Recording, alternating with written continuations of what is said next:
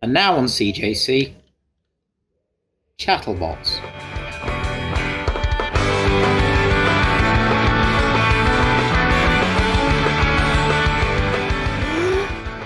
Hello! Holy shit! It's ChattleBots time. Welcome Holy to ChattleBots. shit. It's ChattleBots time. My name's Chris. I like robot combat. I'm with 4 other people who also like robot combat. Those people are Clone Killer, James, who makes robots out of containers, Dotty, who makes videos about lost media once 2 years ago, and Zasa, who berates little kids on Discord servers. And yeah, goddamn right. Today right.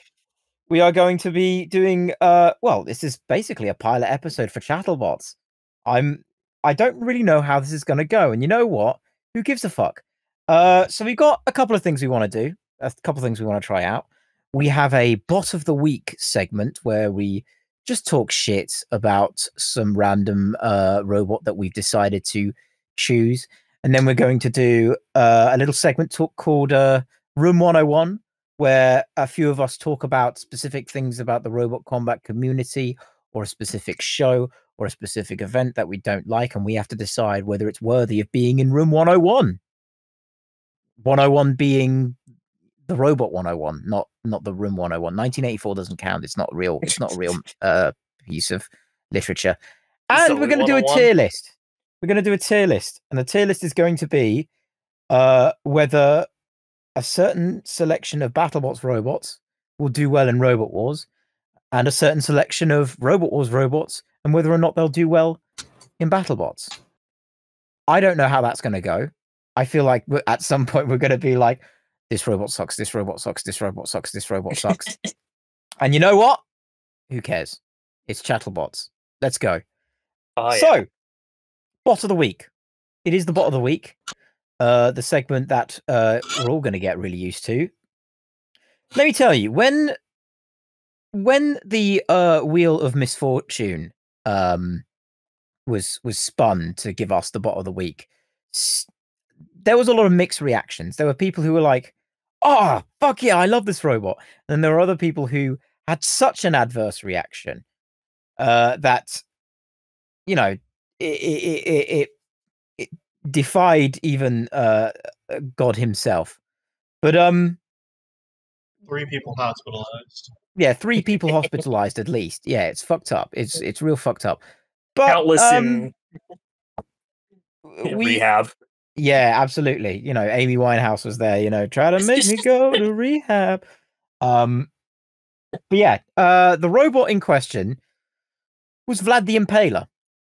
Now, I was very excited to talk about Vlad the Impaler because Vlad the Impaler is Vlad the Impaler. You know, it's one of the greatest robots to ever grace the existence of robot combat. But what I learned very quickly is that not everyone agrees with me.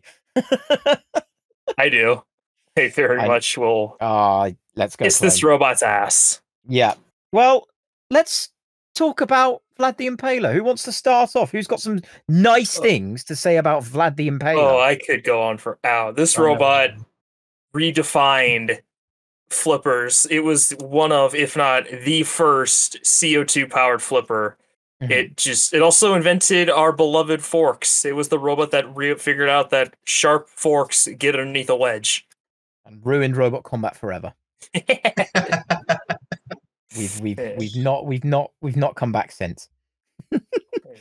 Very, very, very rugged, very robust, very fast. Just a very, very well built machine for its era. Now, so it was built by Gage Koshwar. The thing that makes me laugh about this robot's existence is that Gage used to be part of the La Machine team with Greg and Trey, our beloved Greg and Trey. He did. And La Machine was a middleweight. Yeah, and was kicking even the heavyweights' asses. Yeah. And if I remember correctly, there's a bit in the Gearheads book, which is basically the early robot combat Bible. They went Gage Greg, Trey, Mark Thorpe, and some other people went to Germany to do like a tour, like a sort of circus tour of like the robots for Robot Wars. And I can't, like, I'm getting this very much abridged, but like at the end of that trip, Gage did not like being in a team with Greg and Trey anymore, or vice versa. And again, I'll need to read up on There were this. some creative differences. I don't know the full story, but they were either they didn't get along or there's something about them that they're just not working well together. Yeah, and it like it a lot of it was like, you know, I think a lot of the tensions from that tour in Germany did not help things in the slightest. But out of that came Vlad the Bloody Impaler, and we first saw this robot in the 1996 competition, where it basically kicked the shit out of everyone except for one other robot that we won't mention. You know, just some obscure robot that no one has ever heard of. You know, whatever. But in a lot of ways, it was ahead of its time. You know, in the case that, like, wow, flipping robots up and over is a very viable tactic in early robot combat. You know, like, okay, Recyclops would do that 2 years later in Chaos 2 to more effect, but like Vlad was doing it in 1996. And yes, there were flippers before that, like, you know, it whether you want to call them flippers or not, like the X1, you know, Mike Winter's robot was technically a flipper, and Mike himself will call it a flipper because, you know, Mike likes to say nice things about his own robots. But Vlad had something different. Like you wouldn't call Biohazard a flipper. You called it a lifter. No, it lifted robots. Lifter. But Vlad flipped robots. Yeah. Like it had power in the flip, you know, and it in a lot of ways it's almost crazy how for that early period it was not even second best, it was third best, you know, because in 96 and 97 it never got to, it didn't get to the final in either competition. It was always Biohazard and La Machine, and then Vlad the Impaler third. But like, obviously, come the early BattleBots time, that changed, and it would win two events on the trot. But I can imagine Gage was like, "What the fuck? I built this absolute shithouse of a robot, and I'm still getting beaten by these two other people." I don't know. Yeah, Vlad, like, no robot. Like, this is something, to quote the great Michael Schumacher, if you want to win, first you're going to have to lose. And Vlad really had to, it was a learning experience in the pioneer era, as I always call it.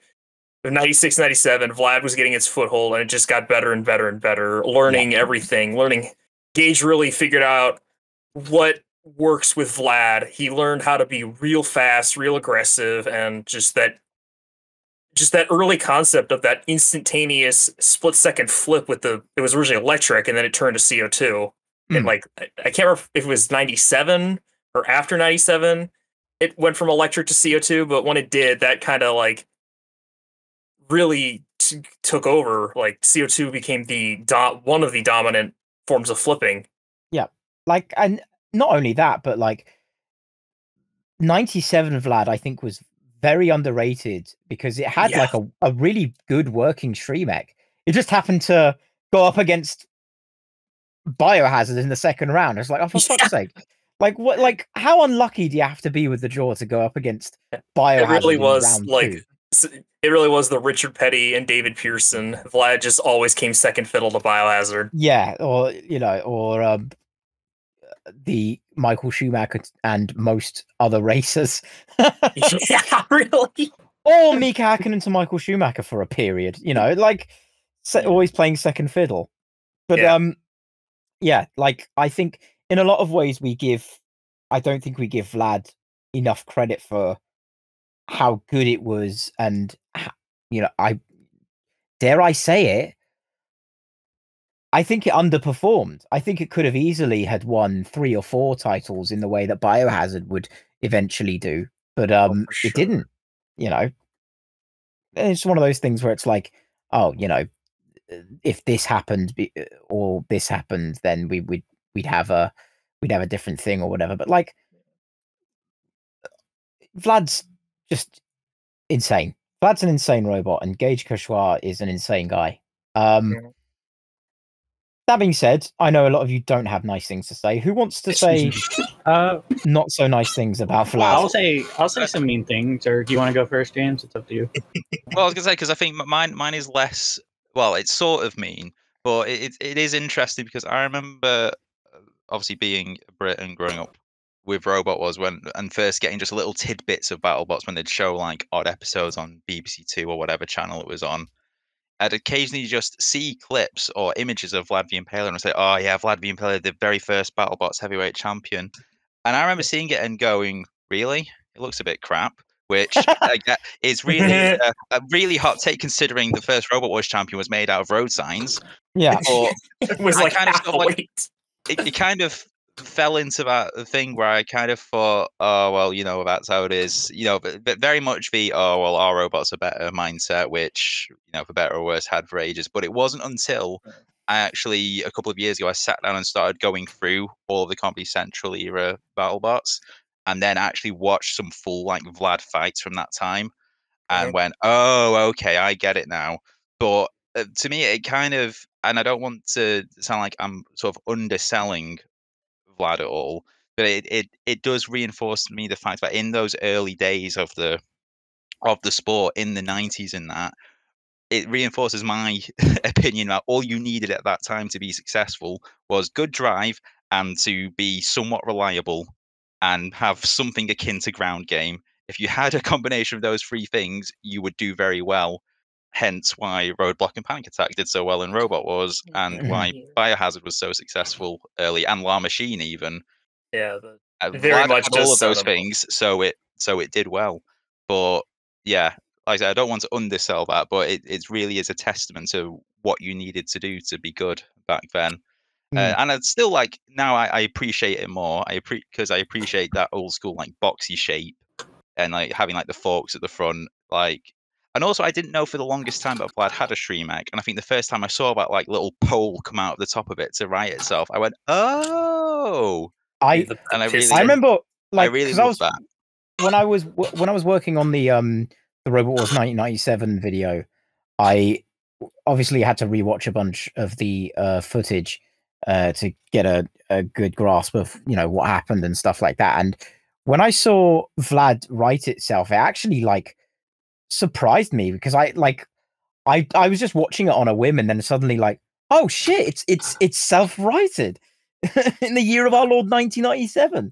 Like, yeah, I thought like in my mind initially, I thought it was Biohazard being the first robot to self-right, no other robot self-righting afterwards, then Cassius. But no, yeah, you know. that was me. Okay, yeah. Well, technically Biohazard did self-right first because Vlad got the piston in 97 and Biohazard did that infamous like that was 96. But in my mind, I thought no one else had self-righted between Biohazard and Cassius. But yeah, it was definitely like a very new thing that people just figured out, and Vlad was an early adopter. It had a very creative one too. It wasn't just using its main weapon like Cassius or Biohazard used their main weapon to self-right.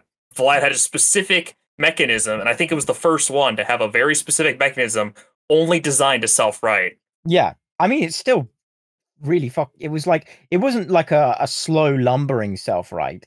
It was, you know, it was fast, easy, quick.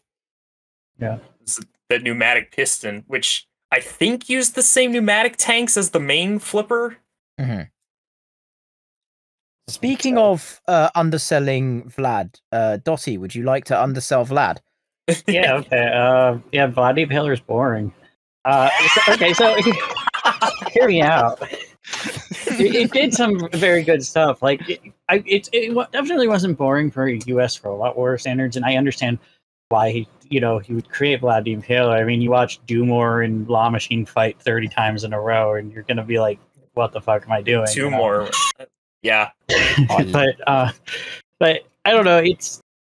it's definitely a creative and an innovative robot, but at the same time, it is still a box. Like, and its fighting style is fine, but I just feel like maybe I'm spoiled by there being better robots in the field. But that said, there always has to be that robot that you root against, that good robot that you just want to see lose. Like in the modern era, that would be Endgame. You know, boring Endgame, boxy Riptide, robot. yeah, the Boring villains. boxy robot that you just want to see fucking lose. But you know, Yeah.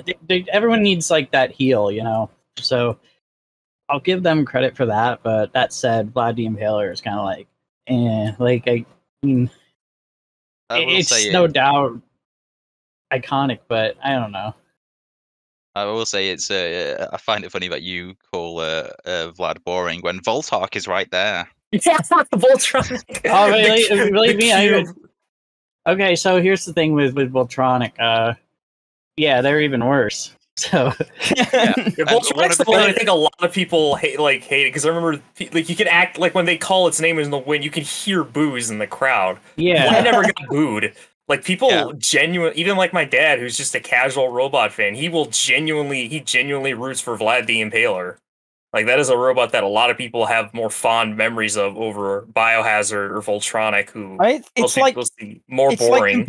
like comparing shit with sprinkles. You know, like In a way, I guess. But no one knew Yeah. any better. Like Vlad was cool when you were a kid, or when in 2001, Vlad was the thing. Like, okay, I don't entirely agree with Dossie. I do think Vlad is cool, but maybe that's because I like flippers. Yeah, I do. You know, it like in terms of its shape and what I'm used to, you know, triangle wedges and fucking, you know, cheese Goofy wedges things with giant googly eyes. yeah, and horrible looking teeth. I'm looking at you, Ironor. Like Vlad just looks different and interesting to me just on the design front, because it's not just like, oh, a big slab of metal on the front where the robot can go on top of it and it can get thrown over. You know, it like it's I don't know, I guess it's just the specific POV of growing up with a specific type of flipper that makes Vlad so interesting to me. I haven't really heard much about Vlad from Zasa. Have you got any strong opinions on Vlad? So I wanted to talk about two things. I don't know how opinionated they are about Vlad specifically, but they were things that I really was thinking about looking at this robot in preparation for the episode. One is that it fights really, really, really similarly to Behemoth from the UK scene, and I don't think I've seen anyone talk about that. Which I can see that because they're Yeah. both ostensibly flippers, but they flip using like a very limited actuation method and brute force. Yeah. there's a lot of brute force. Yeah, I was gonna say they They're have to tanky charge into you to do things. And I Full think throttle. I think it's interesting how they both came to the same kind of method of fighting with two, you know, like bizarrely different robots. Yeah. The other thing that I want to say is that I think much like, you know, its rival Biohazard, the greatest impact that it had on sport, in my eyes, was its death. Oh, Because Vlad being eviscerated by Mechivore in 3.0, that was when people really started to see the arrival of, you know, spinners. Like we'd had Nightmare, we'd had a couple others before that, Disc. but Those are the two that always come to my mind for pre 2001 spinners, Nightmare and Hypnodisc. Right, but then, you know, that was, you know, BattleBots 3.0 was when spinners really started to come to the fore. You know, you had Mechivore, you had Surgeon General, you had Sao. Was that the season where the Nightmare and Slam Job fight happened? Yes, one of the best fights ever. Yeah, Nightmare Slam Job immediately followed by Nightmare Sao, both of which were just a singular massive hit. Wow. Yeah, and people associate Nightmare with destruction like that to this day. Mm-hmm.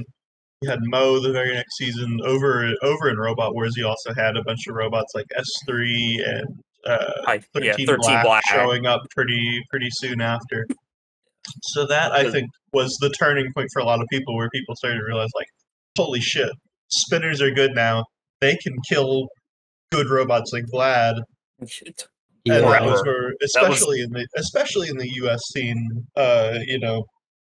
but all over the world, really, people started to give spinners more credit, started looking into them. I think that really shaped, where we are in the sport today. Oh, and I don't think that influence can be understated. Oh yeah, 100%. Like 3.0 in general was kind of like that year of, even outside of the heavyweights, that year where like spinners were starting. Like you had a little drummer boy coming on the scene. You had Minion with a saw that wasn't stupid. Like you had a lot of robots that were just like showcasing what that spinners were gonna be like. The new Hazard came back. Yeah, Hazard came back and was deadlier than ever. Because I mean, in the first season, even Hazard was kind of stumbling a little bit with its spinner. Well, the middleweights in season 1 were basically yes and no, and Hazard was just more yes than any other middleweights. Yeah, exactly. Like they kind of, when you fight fucking peg leg, you're gonna win. It's just how it is. Not just in season 1 middleweights. I love me some classic middleweights, but if you go back, it's like, wow, they are really trying to find their footnote. Compared to like the heavyweights, at least, or the lightweights. But Zaza definitely correct with that. Like, because that the MechAvor Vlad fight. First off, that was like my Christmas, because getting to see Vlad get its ass kicked was sick. But also all the damage that was done to the robot, like, it definitely put in my head. I'm like, these crazy spinning contraptions are gonna be the future, I bet. Yeah. Just seeing it's the kind of thing that people think when they hear robot combat, and up until then we hadn't been seeing very much of that at a high level. Like, Nightmare definitely kicked a few asses, but against the upper echelon of robots, it was not doing that well. No, and not I think so. A lot of people at home were taking that as like, oh, the robots Nightmare's killing just aren't that well built. Which, yeah, sure, some of them weren't, but MechAvor versus Vlad was the first time that like a really, really top tier robot was just eviscerated. And I think that was when people started to realize, like, holy cow, these things are actually dangerous. I love the fact that we've sort of collectively decided that Vlad's biggest contribution to the sport is the fact that it got its ass kicked. I wouldn't say that, but it is definitely a memorable moment. Like, people will remember Vlad, and its death is so impactful. And just watching there's like that, those holes in the back of Vlad are, because Vlad was considered pretty robust, and just seeing it gouged like that, like paper, that also made a wake up call for the flipper and wedges of the sport to be like, okay, we can't just take some sheet metal and just bend it into a shape. We have to actually consider armor. Yeah, I think James was going to say something. I would just say, the biggest contribution of Vlad the Impaler, one of the ultimate early control bots, was the rise of the spinner. Fair enough. I mean, it's ebbs and flows. It's like you go in and out, and you like the meta changes. I guess it's like like we see a massive influx of vertical spinners now, but if you've seen the last half a dozen NHRL events, you'll see that annoying control bots are now becoming the meta in a lot of ways. Again. And it's it ebbs and flows. Everything. At one point, like it was. Go ahead. There is a happy ending, for some people at least. That Vlad came and went in season 3, came back again in season 5.0. Won 3 as Vlad 2. Won 3 fights and got beaten by a repainted Danton Kia. And so that was 2002. 11 years later in Robo Games, Vlad 2 went up against Last Rites and got absolutely fucking demolished. Yeah, it did beat Last Rites one year though in like 2009. I want to say when Jason Bardis got his hands on Vlad the Impaler and he gave it that cool like Team Inferno flame pattern. He just like I don't know. He must have sold his soul to a devil or something because he was going absolutely ham, and Vlad took the bronze medal that year. What the fuck? Yeah, this is I didn't actually. realize it placed podium that year. I knew it had beaten Last Rites, but I didn't realize it got on the. It took the bronze medal when Jason Bardis was driving it. That's pretty cool. Wow. Biohazard would never. Not in. That got his ass kicked in 2005. Never came back. And then Brutality, yeah. Megabyte. Oh my god. Oh my god. We can talk about that in the Biohazard episode. Oh my god. There's some trivia about the Megabyte and Brutality. What happened between those? There's some great trivia there. Oh, it's so fucking funny. I mean, yeah. I know a lot of people aren't too like I'll just say this that much. I like Vlad 1. I love like Vlad. Vlad's probably like my top 20 favorite robots. I hate Vlad 2. I think it's stupid. Yeah. It looks dumb. It looks. If you think Vlad 1 was box shaped, Vlad 2 was like box shaped more. Yeah. It's like I hate it, and I'm glad it got competitive box shape, quote unquote. I love Vlad 2 because it became Spin Doctor in King of Bots. And that's true. Greatest contribution. Yeah, that's there we go. Vlad 2, his like wheels, if you put Vlad 2 on its side and you just look at the side panel, it looks like a cassette tape. Oh. That's awesome. Like I've just stared at so many pictures of Vlad 2, like staring holes in my monitor, getting footage of Robo games, and I'm like, God, those wheels, it looks like a cassette tape. Probably the only person who stared that long at Vlad 2. To be fair, most people have to avert their eyes. The pain of being a content creator. You can't look away. What was that, James? Adding to my earlier point about not having a full opinion of Vlad, I think the only fight I saw of Vlad the Impaler 2 was when it got beat by, I'm just going to call it not Tom Key. I think it was called Spitfire. It was called Spitfire, yeah. Yeah. And that was just reinforcing, oh, look, the one of the supposedly best BattleBots got beaten by Dan Tomkia. It's clearly not that good then, is it? Yeah, fuck you, Sewer Snake. You got beaten by fucking Can Opener. Fuck you. Yeah, the Sewer If I had a nickel for every time a UK Robot Wars bot renamed itself to Spitfire to try to enter BattleBots, I'd have two nickels. Which isn't a lot, but... It's weird. That happened twice. Thank you, Dr. Doofenshmirtz. I think we can put the bot of the week topic to rest for now. I think we said our piece. Vlad's cool. End of story. Unless someone wants to send Gage Keshwa a letter of. We should probably say talk about where Vlad is now, because that's actually kind of cool. What happened to it now? What happened to it now? What happened? It's I think it got sold and passed around a million times. Oh, yes. It was in a museum at one point, and now I think Zach Lytle of Team Scorpios has the original Vlad the Impaler. Because there was a Build-A-Blog episode. I thought it was one of his teammates, Chewie. Yeah. Yes. Chewie had it for a long time, but I think it's just on Team Scorp. It's in the Team Scorpios garage. Both of them, actually. I think Gladiator's still owned by Gage. Like, that was the one he was, like, most proud of. Super heavyweight, but... This is a slight tangent. I want to make a slight bit of appreciation for the Build-A-Blog, because it's a great little door into, robot combat. And the Vlad episode might be my favorite of them all. Yes, it is so good. It's just so fantastic. Respectful and just informative. Because it's being done. It's being talked about by people who actually know what the fuck they're talking about. They build heavyweight robots. They're not like me, who's just a dumbass fan. Like it.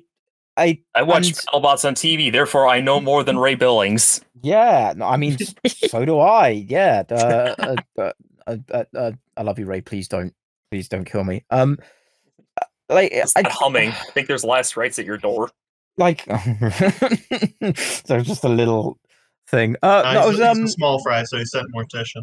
Yeah, fair. I was gonna say, or 30-pound bear track. Yeah, you just in the distance hear the Hardcore Robotics logo sound. It's like shit. Yeah, like that. It's. I think one of the most exciting things about that episode is you were talking about the Mechivore fight. There's like a big, you know, they've obviously welded down the gap where the gash of the of where Mechivore took a massive gash out of it, and they'd welded it back in place. And I just think that must have happened 20 odd years ago, and here they are talking about it that now. For me, there is no bigger novelty than seeing a robot that hasn't fought in 20 years still in one piece. Like I guess that's why I love Robo Nerd so much. It's like, what the fuck? Why the fuck is Stormforce here? Like, I think he's coming back. Yeah, it's like it's never gonna die, But and there's pictures of there's also pictures of Mechivore that are still popping up of that thing still in one piece, and Frenzy. Those are still more. I love that. I love it when that happens, and long may the tradition continue. But I love Vlad. I know some people don't. Fuck them. I don't care. Face. Vlad the Impaler is great. Not as good as Chaos 2, but Vlad the Impaler is great. I think unless people really, really, really, really want to shit on Gage Cauchoir, I think we can put this subject to rest. Now. Do you know why he wasn't driving Vlad anymore? Just last thing. Okay, no worries. This is I've heard this passed around, but apparently there's something wrong with his hands, and he couldn't drive anymore. That's what I've heard from various people talking at Robo Games. You just overhear, and it's apparently there was something wrong with his hands, and he couldn't drive the robot anymore, and that's why he no longer competes with Vlad or Gladiator. Okay. Does that stem from like the injury he got in like what 4.0 was it? Possibly. This couldn't be true. This could totally just be some made up bullshit, but this is just what I've heard over the years throughout the grapevine. So this could be a big game of telephone, but I believe it's something to do with his hands. I think we should get him on the podcast to ask him about it. Yeah, you hear that, Gage? You're probably not interested in robotic combat anymore. You're probably doing who knows what, but can you talk to us? We want to learn about your robot. Prove us fuckers wrong. Prove us wrong. Please do. I want to be wrong. Because this is just a story I've heard for a long time, and I hope it's not true. I just want to know the true story. Gage send us hand pics. Yeah. Gage is going to listen to this and be like, well, who the fuck are these people? ChattleBots cancelled after one episode under a mountain of lawsuits. God damn it. I cease and desist and the restraining orders. Yeah, the emphasis on cease. Yeah, but it could be the hand injury that you were talking about from 4.0. That might have been it. Yeah, maybe. I'm going to have to look that up. There was something about his hands, because I've overheard that when people are talking about Robo Games, the announcers will start talking during a Vlad 2 fight, and they were talking about Gage Cauchoir's hands, and I'm like, they were talking about how something to do with his hands, he couldn't drive the robot anymore. So that's just the story I've always heard. Yeah, that's just the story I've heard. The story I always heard was that just he wasn't making money on doing it anymore, so he quit. Because that could be very true too, because that's a very normal thing for. it might be both. That's why. Who the fuck is making money over combat robots anymore? Let's be honest. Probably Rusty. Yeah, Rusty and Team Waiachi, and that's it. Yeah. Fucking hell. But I mean, the classic era, a robot you spend $100. The average cost of was $800 back then. Yeah, and Chaos 2 cost $200. Yeah. It's the great. Overkill costed $12,000. Fuck's sake. Yeah. Overkill was $12,000. I was gonna say $11,000 is $11,000 was probably machining the fucking sword. Probably. I mean, those Goodyear tires are probably a couple hundred, but they probably got it from IndyCar or something. Oh no, they're Firestone. Fuck, I'm not a real fan. They're just Firestone, just normal Goodyear tires of Firestone. Yeah, he sneaks into Mario Andretti's house and steals them from him. Like they did in the 50s where they'd steal NASCAR pit crews would just steal civilian cars because they ran out of tires so often. I like the idea that Mario Andretti just has a warehouse full of tires from the amount of he's sitting on a throne made of tires. It's just, and then the guy from Overkill just fucking takes them.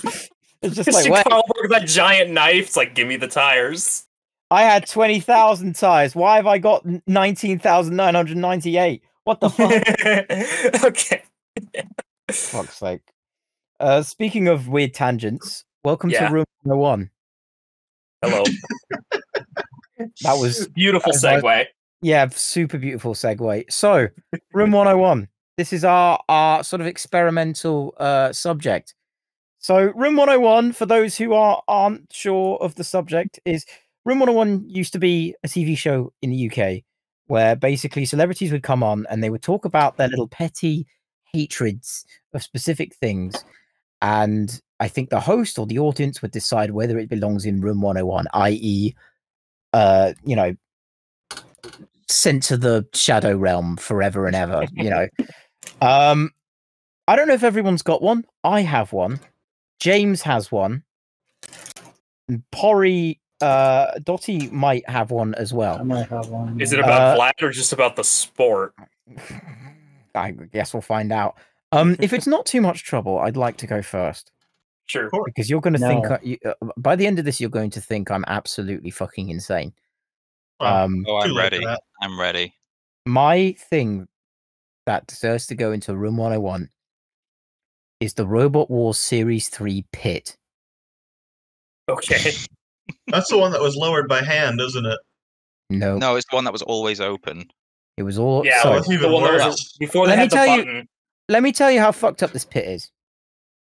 One, instead of... Like, every other series of Robot Wars, when a robot fell into the pit, some pyrotechnic smoke would come out of it, right? You know, that's like synonymous with a robot falling down the pit. Not in Series 3. They would have... In Series 3, they would have a jet of sparks. Oh, yeah, I remember that. Fine, I can deal with the jet of sparks. But the jet of sparks would be like it would differ for every fucking episode that it was in. So it wouldn't just be, oh, a consistent jet of sparks coming out. Sometimes there would be like 3 sparks coming out of it. Sometimes it would be 100 sparks coming out of it, and sometimes there would be none. And Robot Wars and the editors would still use that explosion sound effect when a little bit of smoke would start coming out of the pit. Like, it's so inconsistent, and it pisses me the fuck off. It and I don't know. Tires, didn't it? It does have tires, and not only just to cushion the impact for the yes. Oh my gosh. Yes. Here's my other issue. Here's my other issue with it. Off the tires when it fell in the pit.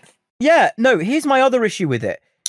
The depth of the pit would vary from episode to episode as well. Sometimes it would be really shallow, and sometimes it would be really deep. It was never the same. Like, you see, so the example I like to use is T2 falling down the pit. It's like 1 foot. It goes down 1 foot. And for some reason, there's like a blanket on top of the tires. And T2's wheel like gets entangled with the blanket, and it gets just thinking about that, and it gets caught up in it, and then it falls down 1 foot. And you compare that to like Bumblebot falling down the pit, where it had like a million jets of sparks and was actually like it was Millianbug, sorry, not Bumblebot. When Millianbug fell into the pit, it was like, I don't know, an actual acceptable depth for the pit, and the jet of sparks was like massive, but it was never like that any other time. Like, I guess with something it was like that, and it was like that with Zeus when they fell down the pit, but it was like so inconsistent and so all over the fucking place and so shit that every time I watch it, I'm just like, how the fuck did they make it so inconsistent? It's a pit. You put a few tires in it and you leave it. What the fuck else are you doing with it? I have a theory about that. Boy. And I've never thought about this until your insane rantings, Chris. So thank you for allowing me to think about this. No worries. Anytime. But what if the inconsistency in the depth was because it wasn't like how later they realized, oh, why don't we have the pit raise and lower? It was just a constant thing. So if a robot was in it, someone from the crew would have to come and lift the robot out of the pit, and maybe either they might have changed it depending on what robots they thought were going to be easier to get out of the pit, or after the first couple of times they went, "Oh, this is really difficult. Let's make this less deep." Because we don't want to injure ourselves. And then probably later down the line, someone probably then went, wait a minute, why do we make this on a platform that'll raise itself up, so then we don't have to break our backs lifting these really heavy metal things out of a dark 2-foot hole. That's actually such a smart theory. That could also be relevant to why there were only so many sparks, because I know in Series 3 there were a lot of robots that used internal combustion. So maybe the amount of sparks was relevant to the batteries or something being flammable. Like I know there's a couple was there a robot made of wood in Series 3? Probably a couple. Yeah. I mean, you were talking about internal combustion engines, like Prometheus was. Yeah. Prometheus was a fucking loud motherfucker. Yeah, well, there's that yellow robot from Series 3 that just literally bursts into flames. Technophobic. Yeah, like imagine that thing. The thing is that flammable. We're just getting bumped and pushed, bursts into flame. Imagine getting dropped in the pit where there's literal sparks. Yeah, that was the fight against Pitbull, if I remember correctly. Yes. Classic. Yeah, and Pitbull just shoving it makes it burst into flames. Imagine if that thing fell down a hole and got lit up with sparks. Pitbull, my beloved. But yeah, technophobic. God, there must have been Fireball. Yeah, like original Firestorm. Well, there was quite a few that were still using like chainsaws and like angle grinders that were all petrol driven at the very least. Or that could have been why the sparks were different. Yeah, or there was quite a few because I remember what was it called? Crusher, the robot. I couldn't remember the most generic name ever. Crusher. I don't know why. Yes, my new robot Wedge. Because I remember Crusher had because it was hydraulic, but powering the hydraulics was a small petrol engine. Oh, and I think there was a few that had that. I remember that because it had an exhaust on it. Wow, this is where all of my really weird specific memories I remember about Robot Wars come in handy. I was going to say you and I have one thing in common, and it's the fact that we both really like to watch and have a lot of knowledge of specifically Series 3. Yeah, it's like I thought the reason I thought of T2 going in the pit because again, the first episode of Robot Wars I ever saw was that episode, which might be why that sticks out in my head. But yeah, but I mean, we all know like how we could do an entire series on the health and safety issues with Series 3. So them realizing partway through, hey, there's actually some health and safety issues with this hole in the ground we've got. Maybe we should do some adjustments to it. That could prevent further injuries. Yeah, in my head, that tracks. Honestly, I guess it must have been like, at the end of the filming for Series 3, they probably would have been like, oh, all this shit's fucked up. We injured a crew member. Rex Garrett's leaving. We're going to change a bunch of shit. And I guess that makes so much sense to me. Mm-hmm. Stephen Carsey, come on the show and tell us, for God's sake. Jonathan Pierce. Oh my God, what's Jonathan Pierce gonna know? I just want to hear him scream. I just want to hear him scream. In the pit, 3 sparks come out. He does that his like in character announcer voice during the whole podcast. Oh, for fuck's sake! Well, I feel like it's stupid to ask you guys whether or not this deserves to be in Room 101 because I feel like most of you will be like, Chris, what the fuck are you talking about? It's definitely a pet peeve about the pit, but I can definitely see. I guess the beat to the audience, but wow. It definitely feels like a pet peeve to me, but yeah, there are definitely a lot of inconsistencies and just anomalies, but you do have to give them credit. It wasn't the first time they used the pit. That'd be Series 2, but they were definitely trying to make the pit more of like a thing that actually mattered. I think they were trying to really enforce how important the pit was. Yeah, and they had to. At Robot Wars, every single series will change something slightly. So I think for series between 2 and 3, they just like, well, let's make the pit cooler. People like that from last year. And like Series 3 as a whole was a transitional period because it went full knockout. The arena lighting changed. It was before the more consistent arena designs by Julian Fuller Love, and it was very much like, okay, the style and the vibe of Robot Wars is about to change, and this is the point where it starts to. And so, like weird shit like that is going to stick out in my mind, and I guess more so because I've watched Series 3 more than any other series of Robot Wars. Jeez. Yeah, I'm strange. But yeah, we all are. like Probably I same. guess. I'm trying to think. Are you okay? Yeah, I'm we need fine. we need to call someone. No, yeah, call Stephen Carsey. Find out what the fuck was wrong with your pit. No, I guess it's up to the audience. If you think this deserves to be in room 101, say so. Wait, so does room 101, does that mean I agree with it or I disagree with it? Yeah, you agree with my stupid ramblings about it. I mean, I hate pits, so yeah, I agree with you. Oh, I love the pit. I think it's such a cool idea. I think it was a great idea in 1999. Wow, when did Series 3? When was Series 3 filmed, Zassa? Like September 1999. I think the pit was perfect for the power level of the time period. It's the fact that they continue to exist today in heavyweight combat that annoys me. I think it's just too important. It's too iconic for Robot Wars to remove. Like, I think I agree. If Robot Wars Series 11 happened and you remove the pit, I think there'd be more outcry. Yeah, I think it wouldn't get canceled again if that was the case. Oh no, it would. It just would have been cancelled sooner. Oh dear.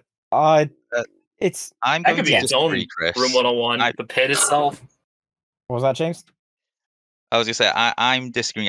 I don't want to put it in room 101 because I think you've got some very good points. However, my counter argument would be, well, in Series 3 they kind of balanced it themselves by making the pit only in the first 2 rounds, and then from the heat finals and everything else they covered the pit over, so it wasn't even a factor. Oh yeah, they did do that. If you remove that, then you're only removing like the first 2 rounds. So nah.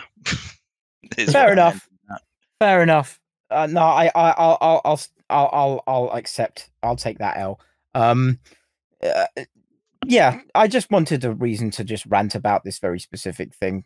Like now I have the platform to do so. Yeah, you know what really grinds my gears? The Series 3 pit in Robot Wars. Oh no! Holy crap, Wallace! Holy crap, Lois! Hey Peter, I built a new battle bot. You are concerningly good at that. Holy crap, no Wallace! kidding. It's Sir Kill-A-Lot. Sir Beat-A-Lot. My name is Chaos 2, and I. Oh my god! I'm never doing that voice again. It seems today that all you see are forks and verts and robots on TV. But where are those good old-fashioned triangles on which we used to rely? They're here in England. That's where they are. Oh, my Lord. Lucky there's an iron ore guy. Someone get on Mech Plus. I think we've just stumbled on the Mech Mania theme song. Here we go. Let's go. God, yes. Let's go. Chris fired. Seth MacFarlane singing on goddamn Mech Mania. Yeah. Beautiful. No, when the final happens, they're gonna get me. You know how they'll get someone to sing the national anthem. It will be me singing Iron Ore Guy. Oh yeah.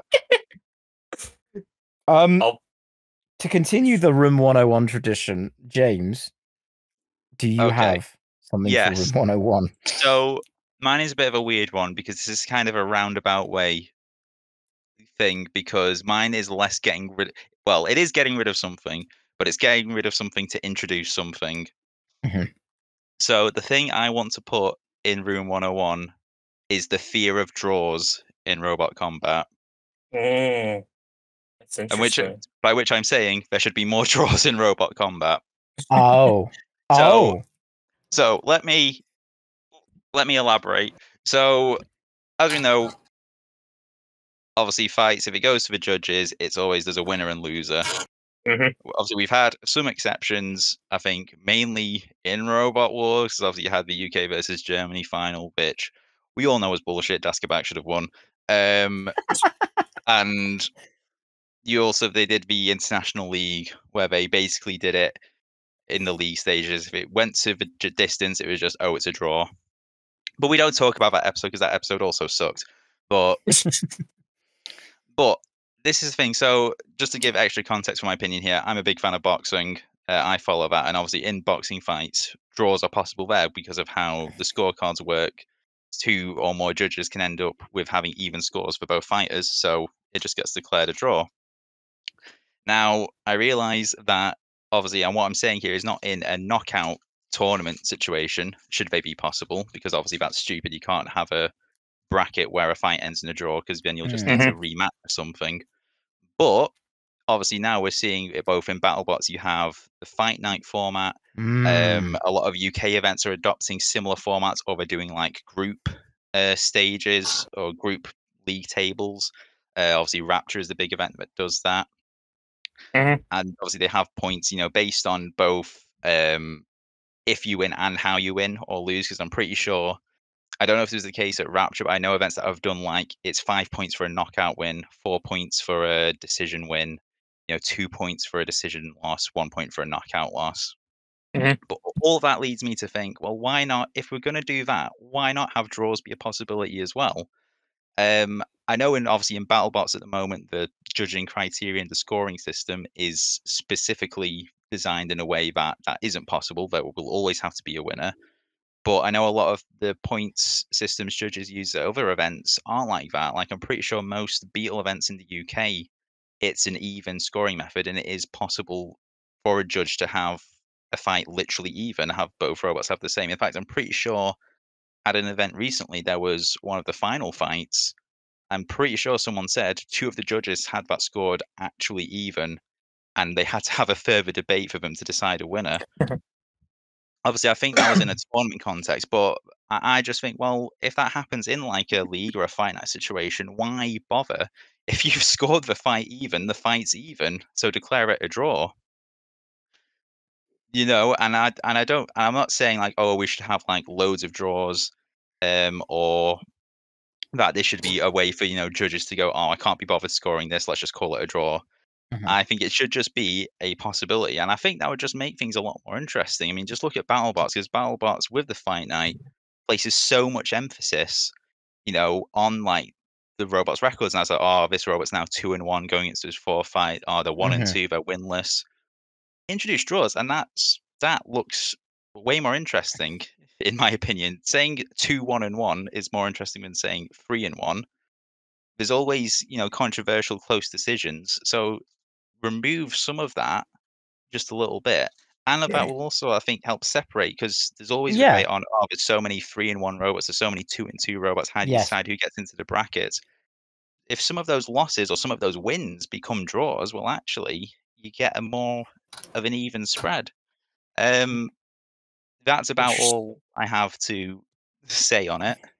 I'm trying to think if there's any more points I can make. And again, I realize it's kind of anti the Room 101 thing, because I want to take something out of Room 101, basically. Yeah, but, take something out to put something in. Yeah, the overall fear.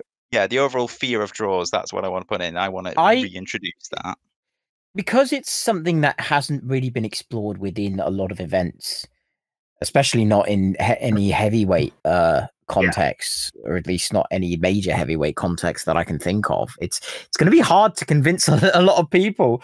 It's going to be hard to convince many teams to be on board with it. It's like the whole links and switches thing, It's like, for fuck's sake, like why are we so tribalistic about links and fucking switches?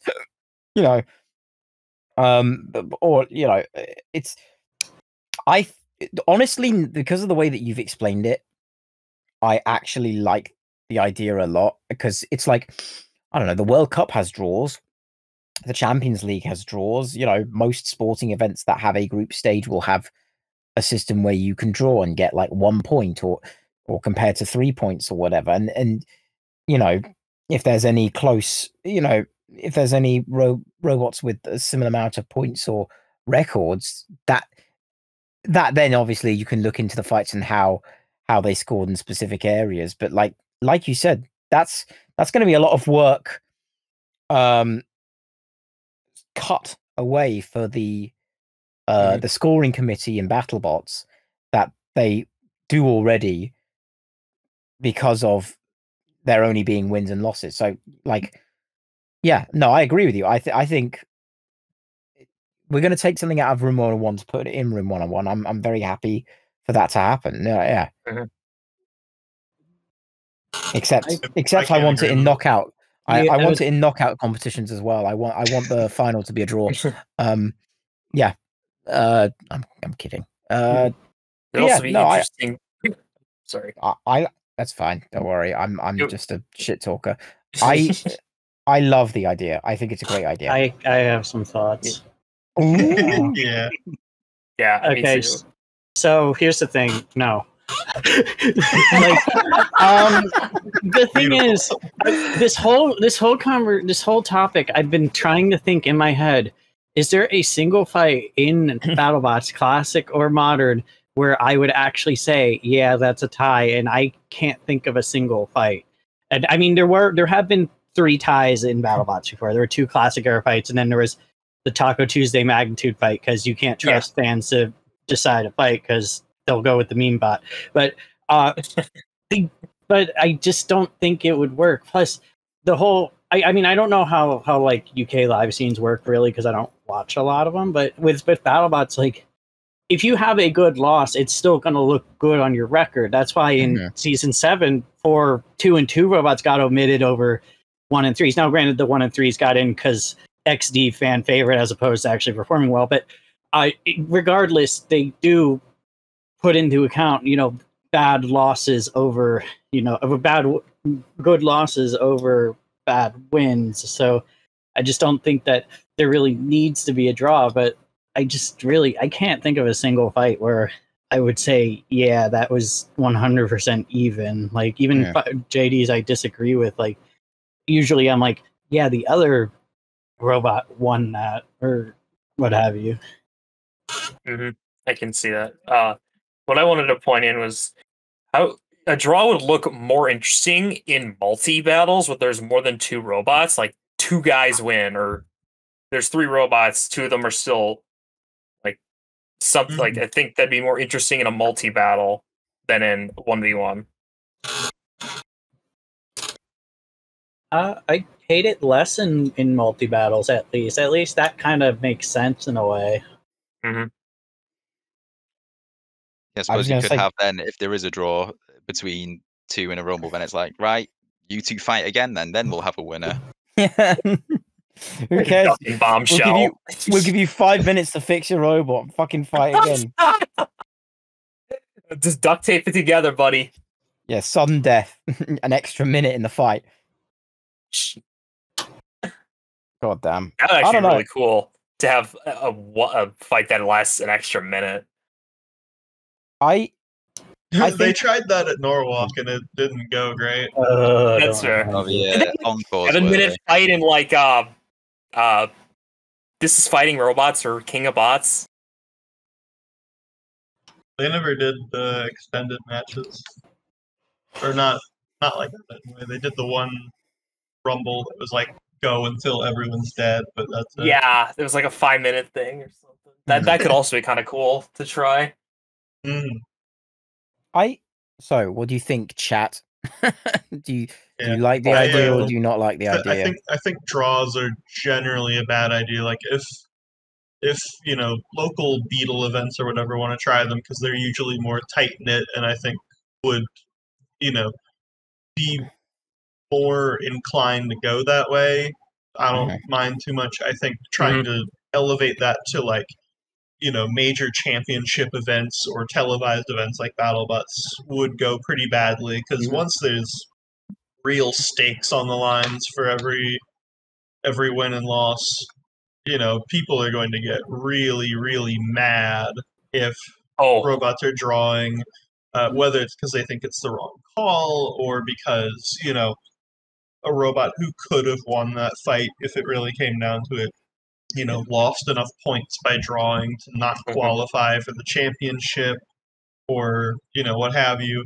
I mean, fans get mad about any ambiguous decisions as is. So if we start calling draws, I think that goes to some really stupid places.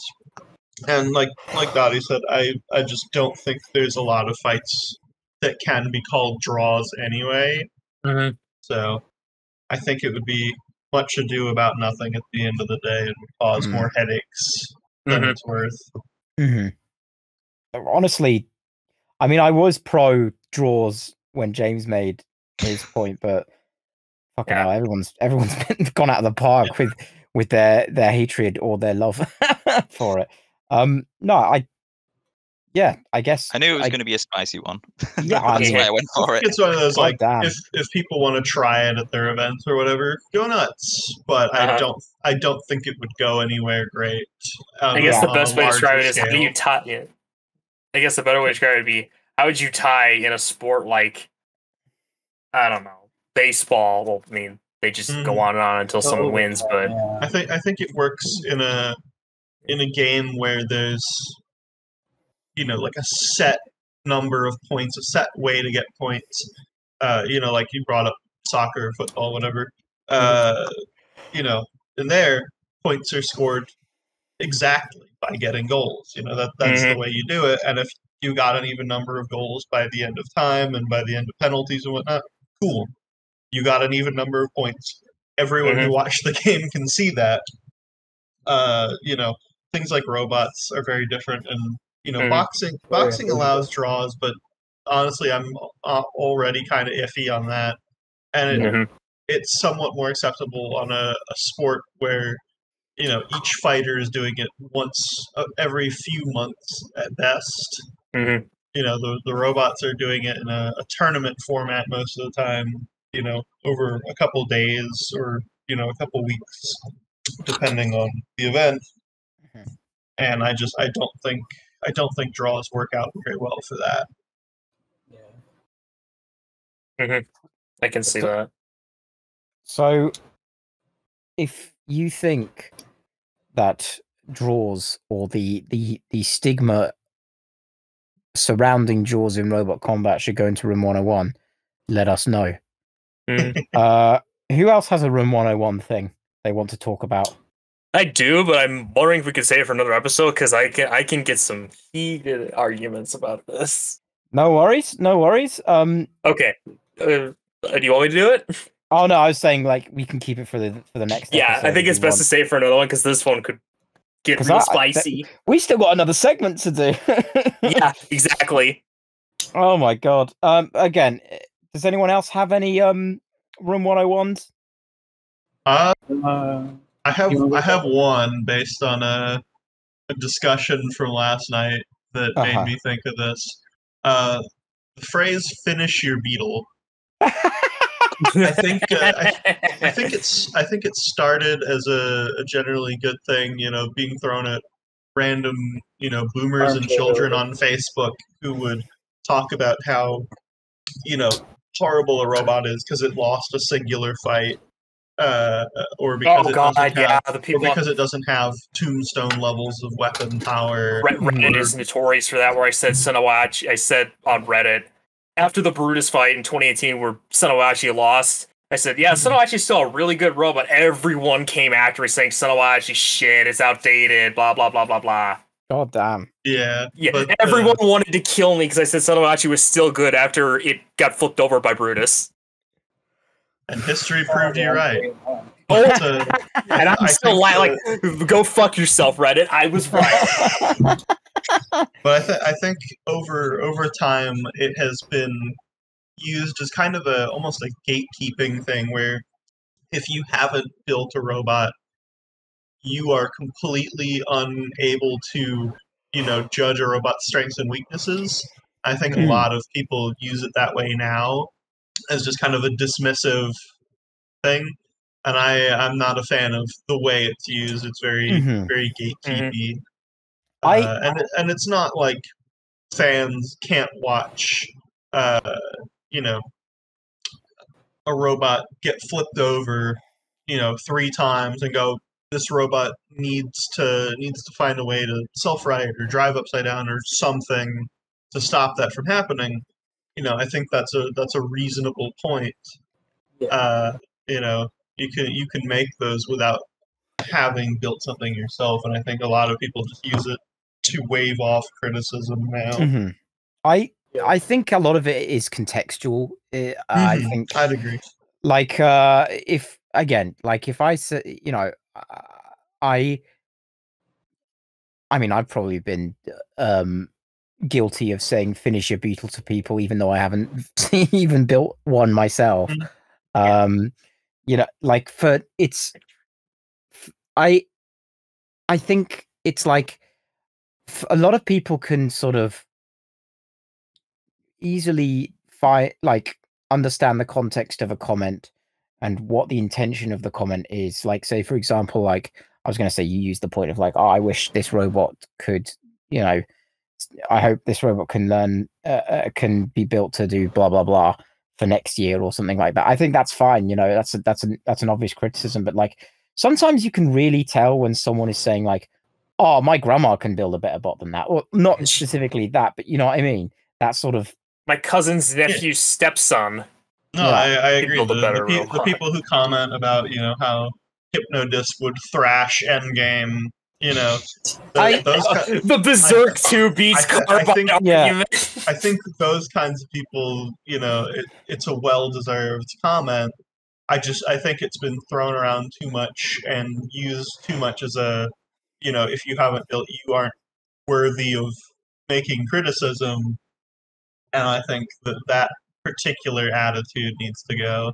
Yeah, I think. I mean, I guess it's an issue that comes around with big end-all phrases like "finish your beetle," like because it's like for it sort of acts as a, you know, a ha fuck you, I'm right, you know, like put your money where your mouth is. Yeah, put your money where your mouth is sort of phrase that is so generalized and so it's not specific at all. It's like, you know, it's like it again, like I'll have to see, maybe I have to see the kind of conversations that you're seeing where people say finish your beetle. Yeah.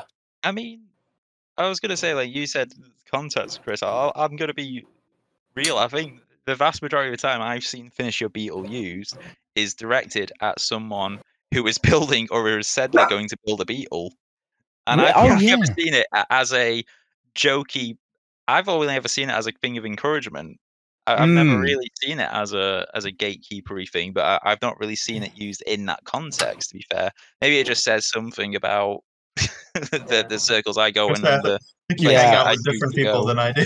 Yeah, and you don't mod like 3 different BattleBot discords. Well, yeah, exactly. I mean, I value my mental health too much. It's the robot combat equivalent of if my grandmother had wheels, then she would have been a bike. Yeah, it's such a like end-all phrase that sort of, in a lot of ways, just sort of disrupts conversation and makes the person who said it look like the winner in a lot of ways. But like, again, I agree with Zasser in the sense that like that's not always the case. And like, I like the phrase a lot. I think sometimes when it is used, it can be really funny. Sometimes in specific areas, it often feels like people are just huffing a lot of copium and they don't want to take any sort of criticism thrown their way. I don't know. I don't hate the phrase enough to want to get rid of it entirely and change the way that it's or try and make a conceited effort to change the way that it is said, because like it's out in the open now, and so many people are saying it that it's like trying to stop, you know, a tidal wave with your hands. You can't do it anymore, you know. But I don't know, like maybe I'm wrong and people will listen to this and be like, oh, I'm going to change, I'm never going to say finish your beetle ever again. Or the opposite fact, I have a sneaking suspicion no one who hears this is going to do that. I think everyone is going to start saying it more now. No, yeah, they're going to start saying finish your feather instead. I'm going to get 17 DMs the day this drops just saying finish your beetle. I'm going to be curled up in the corner crying. Everyone who watches this, DMs that like engraved on your forehead. Yeah, please DM me on on Discord at Porinog. That's my Discord. Now I've got this image in my head of someone like in counsel with their therapist. You know, I think I've really made a turnaround. You know, I feel like I'm being less toxic now. Oh, really? What inspired this? Well, I was listening to this podcast called the ChattleBots, and this guy said to stop saying "finish your beetle," so I did. Wow. Do you want to see it? It's called Tough this is Scare. gonna wind up being my Brittany alone moment. I'm so disappointed that you didn't start your that you didn't start your point saying, as someone who's finished their beetle. I finished 2 beetles in 5 years. I crushed a beetle with my foot yesterday. I acquired one from someone else, which is not the same. That's not. I think you might need to get to see a doctor about that. It's not good to pass those around. Yeah, no, sorry. It's messed me up. It's fucked up. Yeah. Actually, finish your beetle actually means it's confirming that the beetle that you've acquired is from Finland. Finish, your beetle. I don't know. That was the worst joke I've ever made in my life. Are we ready to end this segment? Sure. Yeah. Oh, good God. I think we should have more time on this segment than we did on Vlad being paid. Oh my God. Everybody, finish your beetle, finish your podcast. Well, we're not going to finish the podcast. We still got to do one more segment. But yeah. So this is the final segment that we wanted to do. And I'm going to make it an executive decision because of the length that this episode has ended up being. It's about an hour, yeah. I am very tired. So we're going to do a tier list. Oh, jeez. It's going to be, I don't know, like a simple A, B, C, D, E tier. Oh, God. List.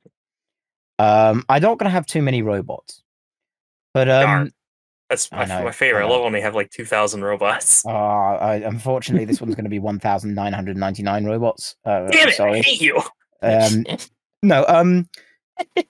So it's the concept is basically how well will Robot Wars robots do in BattleBots, and how well would BattleBots robots do against in Robot Wars? Classic or modern? I guess classic because it's a bit more in the air. Like, okay, yeah, I feel like it's more of a no-brainer with modern BattleBots. Like, was going to play Series 10.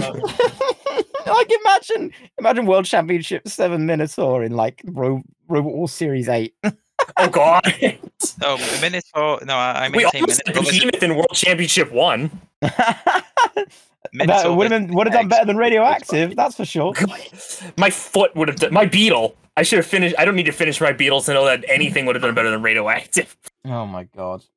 I'll shut up. I don't know. It beat Sweet Revenge. That's true. I want to, if you don't mind, I'd like to limit it to just 5. That's fair. This is something I could probably be doing for the rest of my life. Yeah. Because, how many robots there are in Robot Wars? It's like 600 and something robots in Robot Wars altogether. So how are we picking the robots? Vibes, I guess. Vibes? Well, I was saying, like, since you said 5, are we each picking one from each show? I guess we can just pick, like, the 5 best. I guess there's sort of big 5 of each series. Like, well, that's easy. I don't know, for Robot Wars... Biohazard wins everything, so... Yeah. Very, very much Biohazard just wins everything. Maybe if you had... Biohazard wouldn't win everything, because if you put Biohazard and Son of Uachi in Series 7, Son of Uachi would probably win. Like, okay. That's, like... I guess we could start with Vlad. Let's do... We can do, for BattleBots, we could do Biohazard, we could do Son of Uachi, we can do Vlad, and I guess... What are the other 2? Nightmare and Voltronic would probably be the next 2. Voltronic. Cool, that's 5. Voltronic with a pit. That's nasty. Oh, yeah. You thought Panic Attack was bad. Hey, at least the Voltronic with a pit, its fights would be over quicker. Yeah. That's true. You know what? The rule... Voltronic would be so boring, it would never hit the button. The rule I gave for Battle Robot Wars Robots is we can't use any that actually were on BattleBots. So Panic Attack doesn't count. Bigger Brother doesn't count. Suicidal tendencies. Well, I wouldn't pick any of those as my 5 anyway. So. I mean, and I might pick Panic Attack, but that's Kia probably not. Rather unfortunately, Razor doesn't count either. Grim Reaper either. Grim Reaper was on that. Grim Reaper? Yeah, from Series 7. It was in Series 7. It was in 5.0. What? Yeah. Oh, yeah. What the fuck? The Series 7 Grim Reaper was in BattleBots 5.0. Was it called something else? It was just called Grim Reaper. No fucking way. No, yeah, I was kidding. Oh, that's... Oh my god! I guess, well, you learn something new every day. Mm-hmm. You're welcome. It lost its first fight against Agitator. That's fantastic. Yeah, I did. Fuck's sake. Wow, we're so good. Let's just do it. Let's just make it easy for ourselves. Chaos 2, Hypnodisc, Tornado. Firestorm. Typhoon. Okay, that seems like a fair. Yeah. So, all right. I've already forgotten what we've done for BattleBots, but let's start with BattleBots. It was Sal, Biohazard, Vlad, Voltronic, and Nightmare. Okay, since it's the bottom of the week, let's start with Vlad. Yeah, that's what I was going to say. Vlad, I definitely think would get grand final in Series 3. Series would win. 4. Yeah, I was going to say, I think... Like, I've had this discussion before with another guy. His name is, like, NGJW. We had this discussion before. Nick. Good old Nick Weston. Shout out to Nick. We had this conversation once before. If Vlad was in Series 2, nothing would beat it. No, not Series... No. Yeah, no. Vlad would kick Series 3, nothing. It could probably win 2, but I think Chaos 2, maybe, but that's a big fucking maybe. I am very much biased. In my opinion, I think Chaos 2 could win against Vlad. Chaos 2 is too slow. Yeah, Chaos 2 is also way tinier. It's just not as heavy as Vlad. And more slippery as well, I guess. Because most of us, I definitely noticed by watching Chaos 2 23 hours of my day.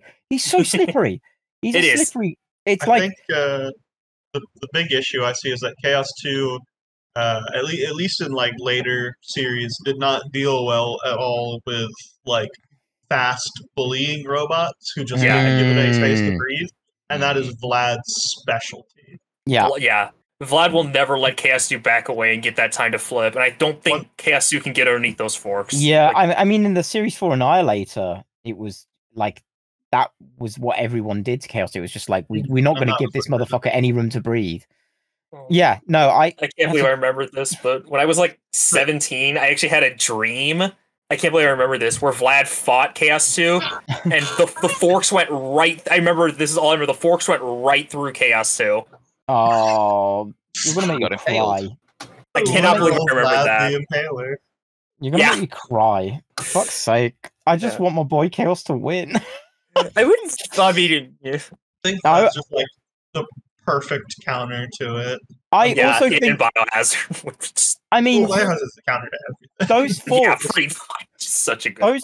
Those forks, I definitely think would have been sharp enough to get through the backplate of Chaos 2 as well. Which, you know, if we so my 17-year-old dream was actually like a premonition that would actually be real. Yeah, like you know, we saw the fight against Razor where its backplate was penetrated. There was a live scene fight with it did with Dominator 2 where its gas tank got axed.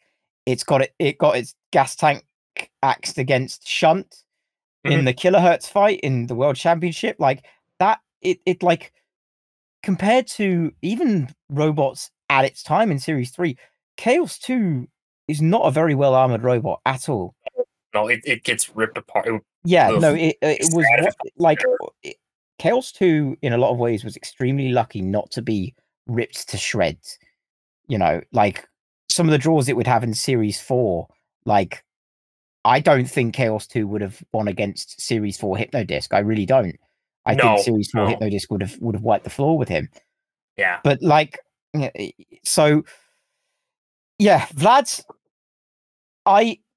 it would have to be a very lucky draw for Chaos 2 to beat Vlad in Series 3. Series 4, I feel like is where Series 4 and 5 is where I feel is where it's things start to change. Like, you know, Series 3 happened right after Long Beach, or right before. It was right before, after. It was after. Yeah, so then Vlad was already like, that's when Vlad got, like, right after Long Beach, when Vlad got really fucking good at driving. Yeah, and it beat the ground game king. It beat the king of battle, the undefeated king, mind you. Like, I think, you know, it's a no-brainer for any of us that, like, I guess, Sao, Vlad, and Biohazard would all do extremely well. Yeah, out of like those, out of those three. Oh, go on. If we're talking Series 1 and 2, Biohazard goes out in the gauntlet because he gets stuck on a ramp.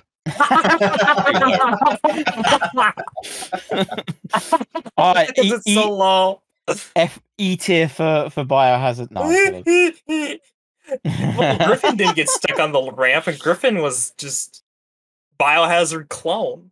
Oh yeah, my goodness! Griffin still got stuck somewhere and went out in round 1. So yeah, got stuck on a house robot, didn't it? And also, Griffin's like garbage. A B-Tech Biohazard. It's Biohazard at home, but then at home is like a garage. Yeah, no, it's Biohazard. It's Asda Smart Price Biohazard. That's what it is. It's Wish.com Biohazard. Yeah. It's Walmart. Walmart it's Great Value Biohazard. And it's so obviously like a Biohazard knockoff. They didn't. I can feed fish heads too. Yeah, like, I guess to put them all in A tier, I guess would be sort of like cheating.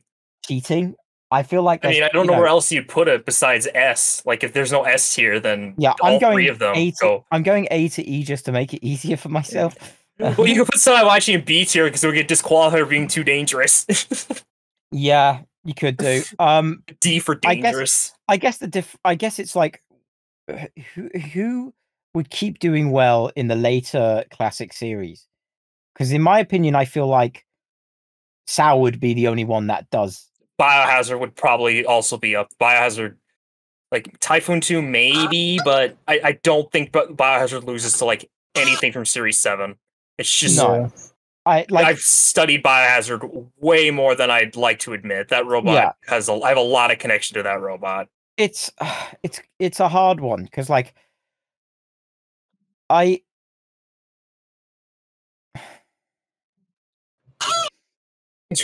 for me, I guess for the sake of the thing,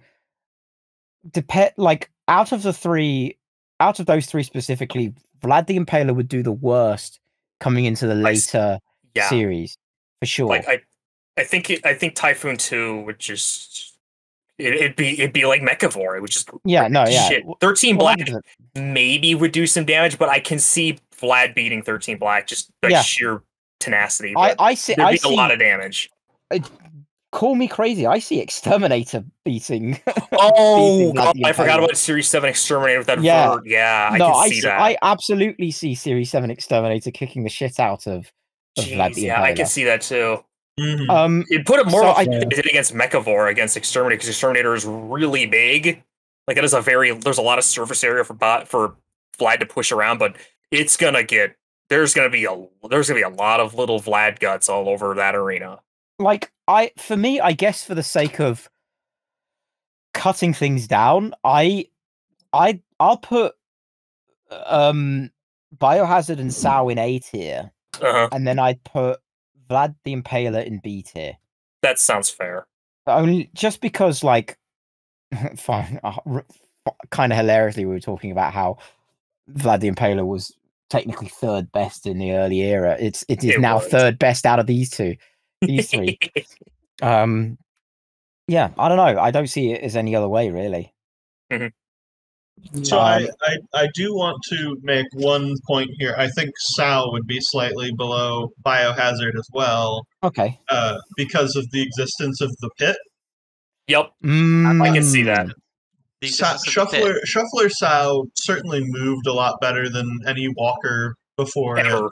Yeah. but it still was fairly slow and ponderous, and Very slow. its spinning hammers would stop after hitting stuff, and it was mostly the fact that things were recoiling away that would save it because then it could spin back up.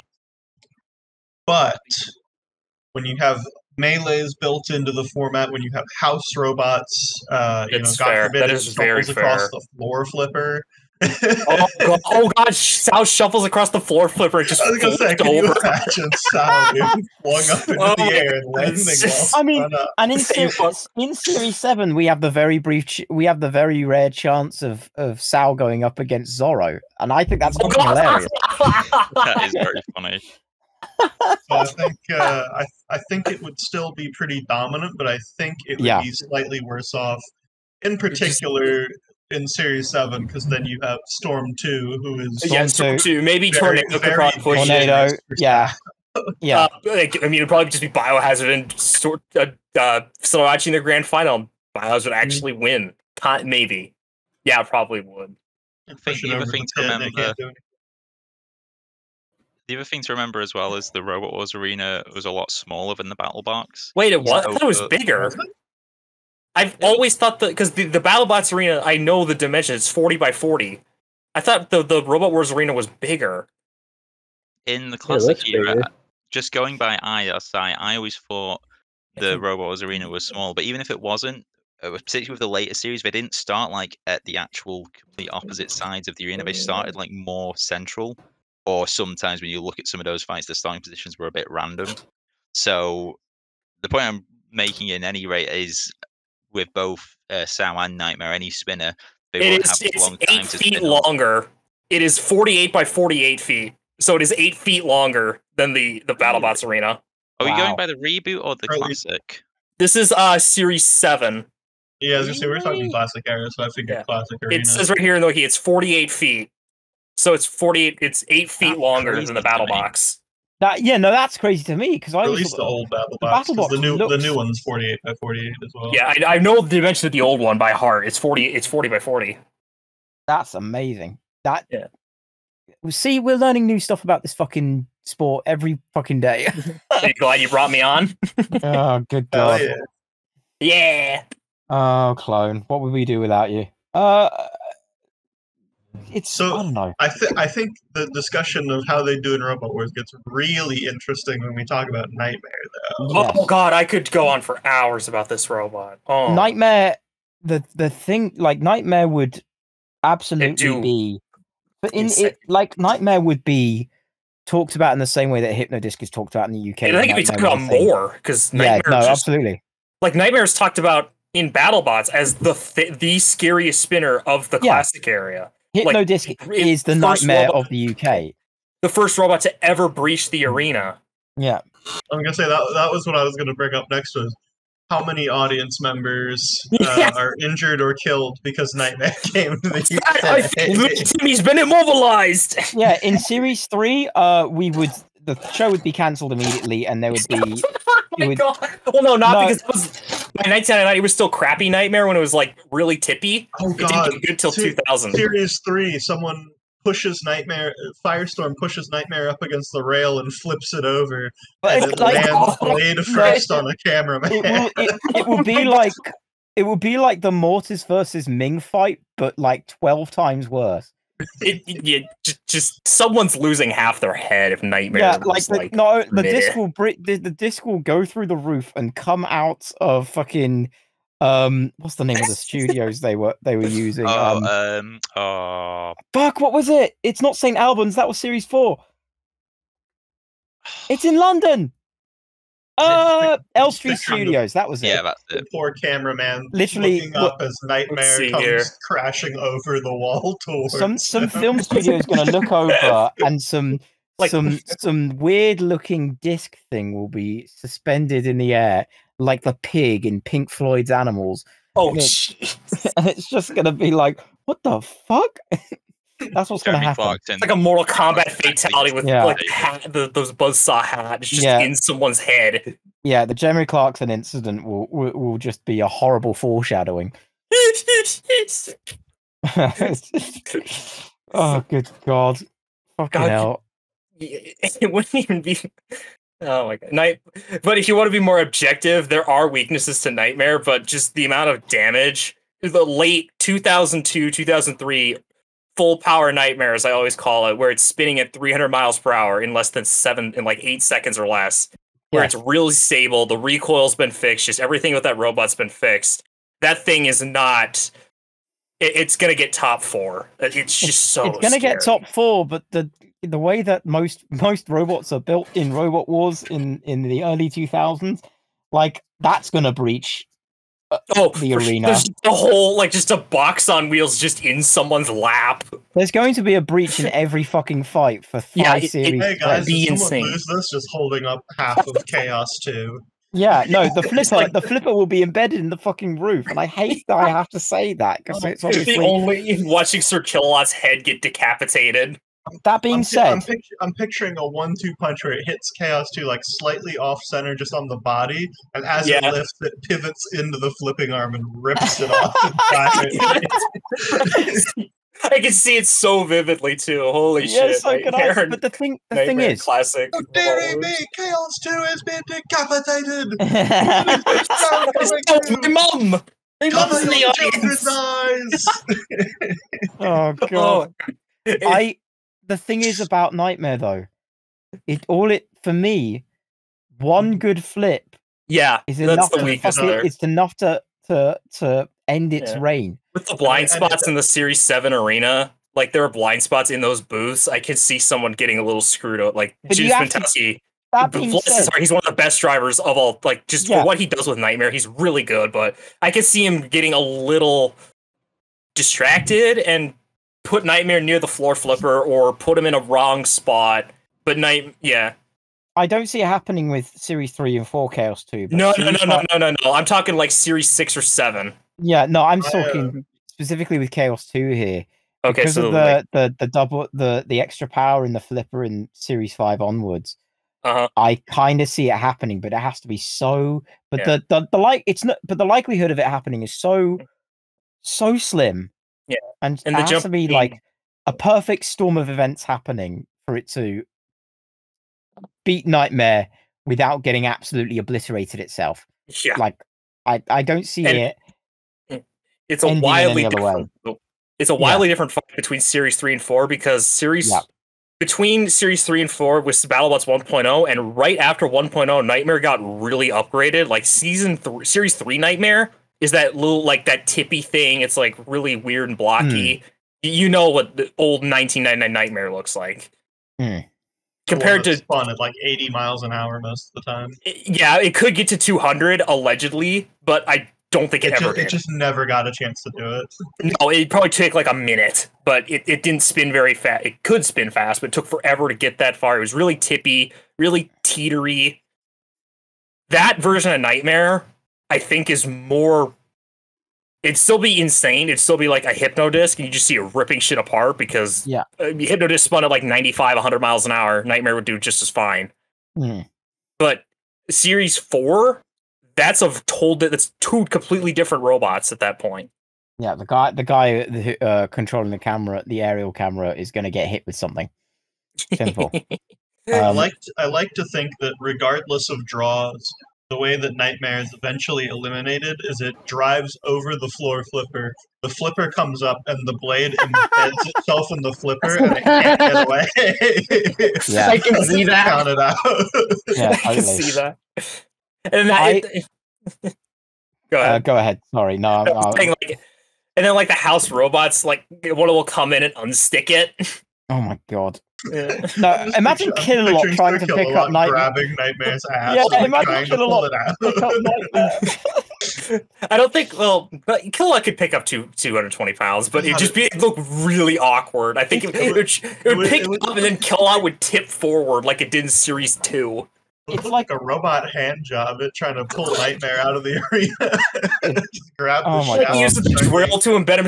He uses the drill arm to get into one of the holes in Nightmare's discs. Oh god. I hate this conversation. It's great. Old school Nightmares. I love Nightmare. Nightmares. I wouldn't put it in A tier though. Only because No, it's I wouldn't so, either.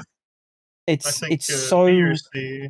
I Yeah. think it's I was the gonna top say C. B because Nightmare is just for the amount of weird shenanigans that can happen. I think the top of B, or if they're a hypothetical A B tier, but very Like for me, I think if Vlad is B, it would be either lower B or high C. I would wouldn't say be. I C. think Nightmare could beat Vlad like by 2003.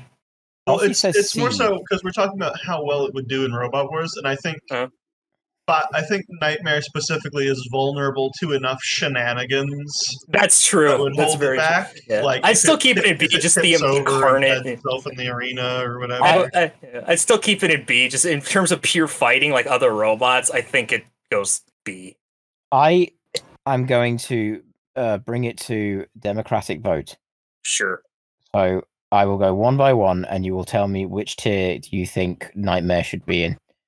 Clone? I want to say A, but realistically, I'd say B. B. James? I mean, part of me wants to be really controversial and say lower than B, just because I feel like there's enough variables that could happen. And when you look at some genuinely really good robots that were in Robot Wars that ended up getting screwed over for either the arena or the draw or whatever, there's a wishful thinking part of me that thinks that could very easily happen to Nightmare, and Nightmare gets thrown out the arena in round 2 by bloody I don't know, Atomic or someone. But I'll go with B. Yeah, if you went for D, I would have killed you. Simple as that. Nightmare would have chucked a piece of metal in your head. Yeah, no, I would have Jeremy Clarksoned you right then and there.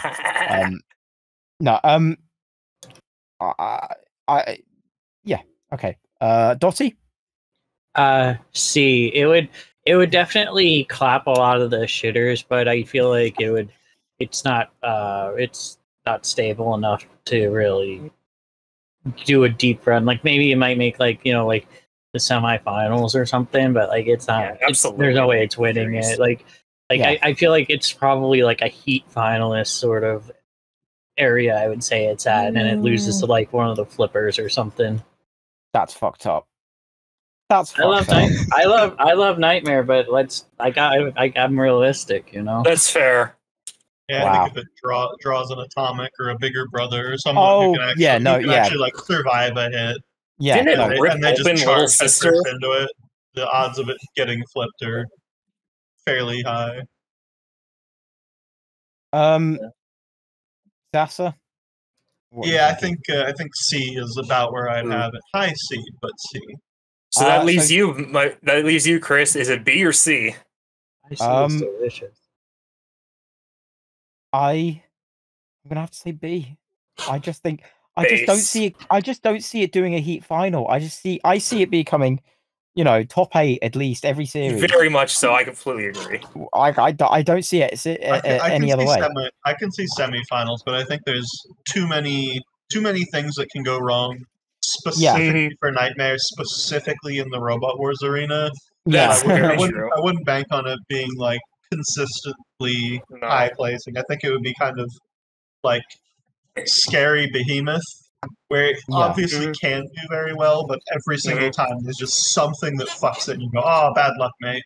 So Nightmare BattleBots. Scary Behemoth was just Razor for a couple of series. Well, it'd be like a tornado, wouldn't it? Like Behemoth always reminded me more like a tornado Vlad hybrid, just this big, fast bully, which is weird considering how the word behemoth means. Like I think the slow lumbering thing, but I love that. Fast. I love that the comparison to Behemoth has made me visualize the mute self-writing and fucking up Behemoth's controls, but it's for Nightmare instead. That's right. They hit the antenna and Behemoth just said, "I'm gonna go north now." I just imagine that happening to Nightmare, and it just going forward, charging into the wall. Yeah, he ripped the wall clean off. Yeah, and then go flying. It'd be like Vegeta doing a key blast in the fucking world tournament.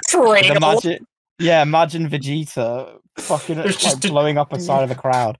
Yeah. Oh god. Honestly, just keep going. I'm now picturing Mute like flinging itself, trying to self-ride against Nightmare, flinging itself directly into the blade and just into the ceiling. like a fucking baseball bat. Yeah, exactly. It goes through the ceiling, and like you have the like anime like twinkle in the distance. Yes. There's just some kid without a head. Home run. You start seeing fucking Shohei Ohtani start running around the arena like. Oh my god!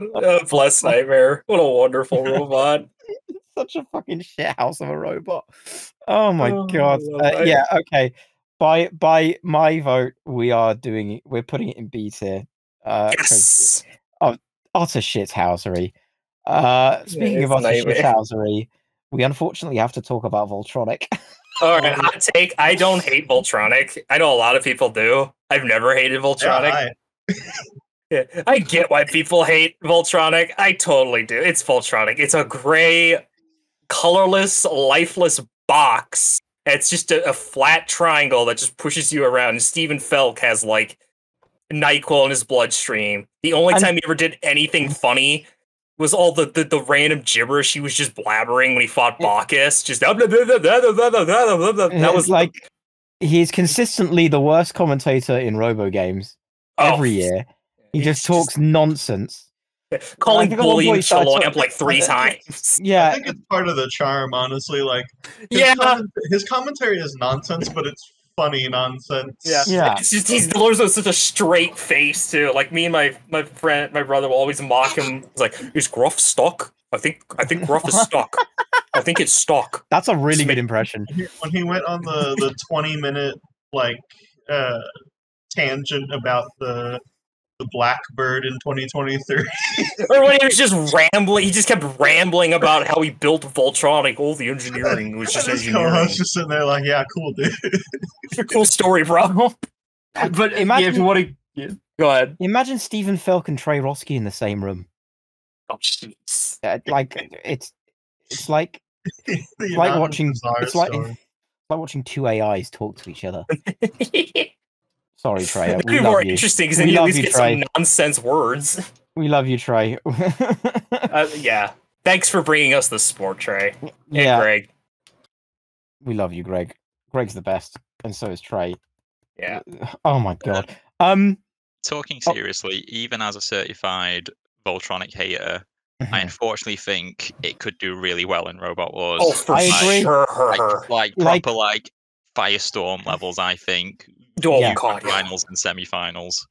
For me, it's like because Panic Attack kept doing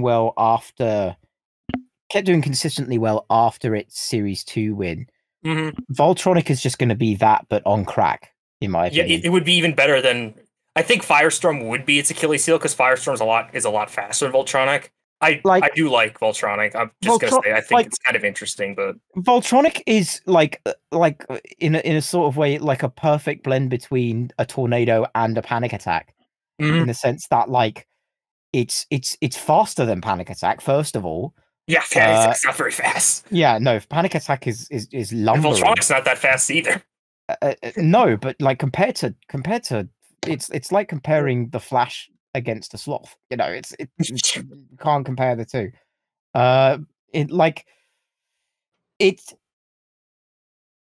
Stephen Felk is going to have very similar control nuances in the way that like Kim Davis had, and that's going to pay dividends. Even like I'd say even up to Series 6 or Series 7. Series 7, I feel like, is where things are going to start to change because of how many flippers are. Oh, yeah. Because, we have, there's a Toro clone in Seros there. And Rhino. Wasn't there a Rhino that looked like Toro? That's Seros. Yeah, that was Seros. There was a different Rhino. Oh, there was also Rhino. Yeah, Rhino by the was a Rhino also by the Inertia Labs guys. Yeah, but there was there was a Robot Wars Rhino, but it just didn't look like an Inertia Labs robot. It kind of looks like if you put a flipping arm on Chomp. Yeah, pretty much. Like it's I was in Series 7 there was both Rhino and Seros. Yeah, and they never fought each other. Unfortunate. We never got the Inertial Labs copycat battle royale. I never put together until like 2 weeks ago that Saros was named that because it's the last half of Rhinoceros. I didn't realize that until a couple weeks ago when someone posted like the name tier list that Toast did, and he had Saros as like the grand champion of names. I was like, that's a weird pick. Why did he do that? And I read it. It was like the pun of Rhinoceros. I was like, wait a fucking minute. God, just looking at Saros from the front, that looks that looks exactly like Matador. Holy shit! Yeah, it is Matador. Yeah, no, just look at Saros from the front. That is Matador. And Francis Smith was just like robot copycat galore because he had a Series 3 robot called Typhoon. Oh no. God, even his robot Rusty, not the cool Rusty, the one that the Series 9 one. It looks like the most copy paste Brit flipper I've ever seen. I hate it with all my heart. If you look up the Series 3 did not qualify robot Typhoon, which I think was part of the a team that Francis Smith was of. It looks exactly like Vlad the Impaler. Like, oh my god, you're right. Yeah, that is just it's just Vlad with color. Like Francis Smith was just the forks are hollow. That's the difference. The forks are hollow. Vlad didn't have hollow forks. Like that's like that's their change it up a bit so we don't get caught moment. Like for me, going back on topic for a bit because I will I'm the king of tangents. I think we both are. Series 7, in my opinion, is where things. Series 6/7 is where things I think start to change with the massive influx of flippers. Mm-hmm. Like Iron Ore 2 is the first one. I think it could beat Iron Ore. Yeah, no, I think it would be Iron Ore. I don't see it beating Atomic. I don't see it beating. It'll be a tough fight against M2. Like Gravity. For me, Gravity would probably could be Firestorm 5. It's not like I love Voltronic, but I've had this debate a dozen times. Voltronic versus Firestorm 5. Firestorm 5 is probably going to win. I'd agree. Yeah. Like Voltronic, it's a good fight. Like it's a really good fight to think of, but I think Firestorm ultimately comes out on top. Voltronic is like 100% Series 7 semi-final material. Yes. But I don't see it getting. It has to have a really lucky draw to get to the grand final. I don't see it beating Exterminator. I don't see it beating Storm. I can see beating Exterminator because Tornado beat Exterminator like that. Voltronic is way lower to the ground than Exterminator. But Voltronic is made out of like cling film. It's aluminum and steel, but yeah. Yeah, I just don't see it. I just don't see it getting any further than round 2 of the semifinals, and that is, I think, in a lot of ways. Again, it depends on the draw, but that's pushing it for me. Like the amount of flippers, yeah. Like Atomic probably Firestorm 5 for sure. The rest of the flippers that made it to the series semifinals, you could probably argue Voltronic beats just because the ground game is insane on Voltronic. Like I see it beating Thermidor, no problem. Oh, for sure. Thermidor was the one of Saint Aggro for sure it beats. Yeah, Saint Aggro would be a tough one. Would be a close one. It'd be pretty easy. Like Saint Aggro's pretty high up. Saint Aggro was not that good. Oh no, Saint Aggro. Mute is probably who you were thinking of. I don't think it would beat Tough as Nails. No, I think it would demolish Tough as Nails. Tough as Nails couldn't open wide enough to grab it. That I can see that. Yeah. Voltronic's pretty big. That's what I'm saying. Like, look at its fight versus Gravity, where it was like barely fitting around Gravity. Voltronic is a lot wider than Gravity is. Voltronic is a pretty big boy. I see it beat. I see Tough as Nails beating Voltronic. 100%. I don't see that at all. Voltronic is still around, by the way. Steven Phillips still has it, but like Voltronic is wider than Gravity. You said, right? It's pretty big. Voltronic is a big, wide boy. Yeah. It's wider than Vlad. Oh no. Okay, I'm starting to understand what you're saying. Yeah, I was gonna say. Yeah. No, I Tails misunderstood. won't be able to Might grab be. that. Might be. No, I think Vlad would do exactly to Tough as Nails what it had been doing to everyone else at that point, and I would be cackling about it. How tough is it would just pick, Good scoop Lord, it up, and bump it in the pit. Yeah, I was gonna say it would immediately gun it to the pit, scoop up Yeah. Tough as Nails, dump it in 30 seconds, and then just sit there like, What if Jonathan shit, Pierce is just that how that feels? Yeah. Damn. What? Tough as Nails gets a piece of his own medicine. Was that supposed to be Jonathan Pierre? Yeah, it was, but I had to cough. I had a hiccup, so I just went with it. Okay. Weirdly kind of Scottish. Yeah, I had to like cough there, but I just went with it. No, every now whenever we have to do JP impressions, it has to be of a nondescript northern accent. So next week it has to be Newcastle accent. Jonathan Pierce as played by Michael Myers. Yeah, and then next week it has to be Glaswegian, and then the week after that it's got to be an Edinburgh accent, and next week it's got to be Liverpudlian, etc., etc. That's the rule. Don't do that. That's terrible. Yeah. Voltronic. I think low on just that, A, probably high, low, like it doesn't feel like a Low B A. tier. yeah. But I think low A seems Yeah. right.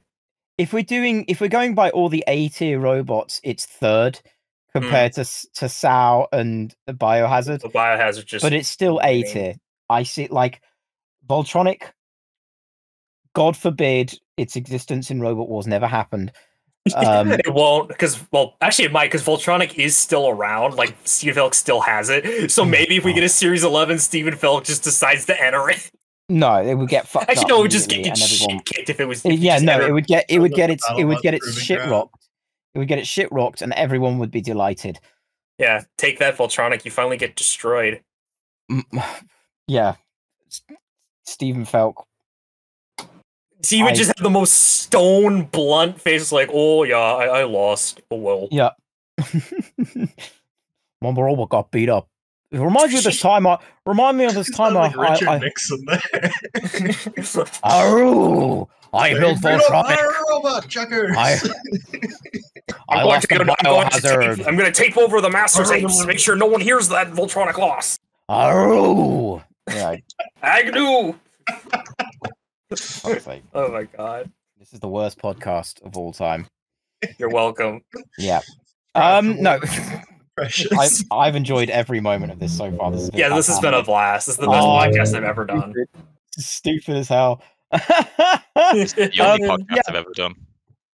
Do we all agree on Voltronic being A tier reluctantly? Yeah, very low A. Very, very reluctantly. I'd go B. Upper B. Yeah. So 2 Bs. James, what were you saying? It's high B / low A. So no, that's 3 Bs. So I think an A B tier is like if it existed, that's where Voltronic would go. Yeah, I think sadly it's, it doesn't. I think it's bordering between the two, but I think B, just because I think it would have a little bit of a harder time dealing with some of the more dynamic robots because style is a judging category. That's true. Totally.